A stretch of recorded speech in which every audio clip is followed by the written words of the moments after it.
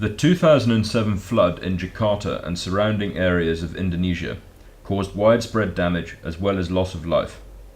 In this demonstration, we're going to use InaSAFE to examine the impact of such a flood occurring again. Using data sourced from OpenStreetMap, we're going to run two scenarios against the 2007 flood data. First, we'll use population data as our exposure layer, and then buildings. Selecting each layer in turn, we can see that the proper keywords have already been set for each of the layers. We can therefore go ahead and set up the InaSAFE panel in order to run our first impact function.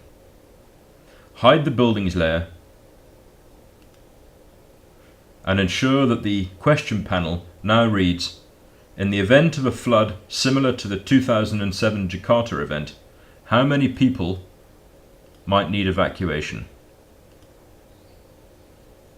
At this point, we could go ahead and run the scenario, but first, let's take a look at the options panel. As we're examining a flood scenario, we are able to change the depth of water at which people are deemed to require evacuation. Default is 1 meter. Let's change that to 0.8 meters for the purpose of this demonstration. Now we can go ahead and click Run. Now that the function has run, we can see that InaSAFE has populated the panel with the calculated data based on our revised depth threshold of 0.8 meters. The map has a new layer called Population which need evacuation. Let's hide the flood layer and look at the evacuation layer in more detail. Now we can see more clearly that the evacuation layer is made up of different shades of green. Expose the layer's classification in the layer panel, and we can see that the different colors denote the number of people in each cell who would need evacuation. We can also use the Identify feature tool to examine the raw data for a specific cell. This gives us the coordinates of the location and the estimated number of people who would need to be evacuated should this flood occur again. In the InaSAFE panel, we can see that detailed data has been calculated in order to assist disaster managers in planning for such an event. First, we have the total number of people who would be in 0.8 meters of water and would therefore require evacuation. Then we have the weekly minimum needs for these people. The action checklist and notes give further planning assistance. InaSAFE also returns detailed age and gender reports, which give details of the number of women, children, and elderly people who would be affected by such a flood. This data can be printed via InaSAFE's print dialog. A number of built-in templates are included, but custom templates can also be used to generate reports in a specific format. Select InaSAFE Portrait A4, click Open PDF, select a suitable save location, and click Save.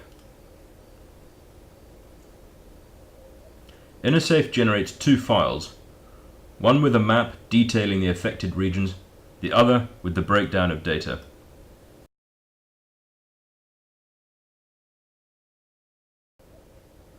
Now, let's run a similar impact function, but this time using buildings as our exposure layer. Hide the evacuation and people layers. Enable the buildings and flood layers. And update the InaSAFE question panel to read, in the event of a flood similar to the 2007 Jakarta event, how many buildings might be flooded? This time, we'll leave the InaSAFE options at the default depth of 1 meter. Click Run.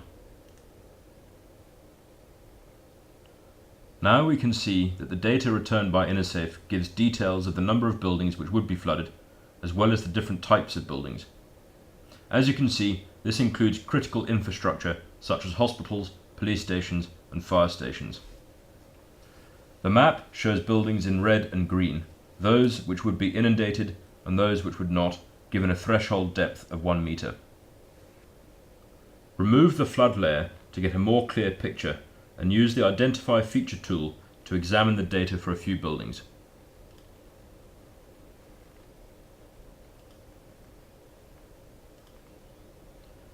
This data shows us the building's location, as well as the depth to which the building would be inundated. Now try re-enabling the evacuation layer in order to compare the two layers.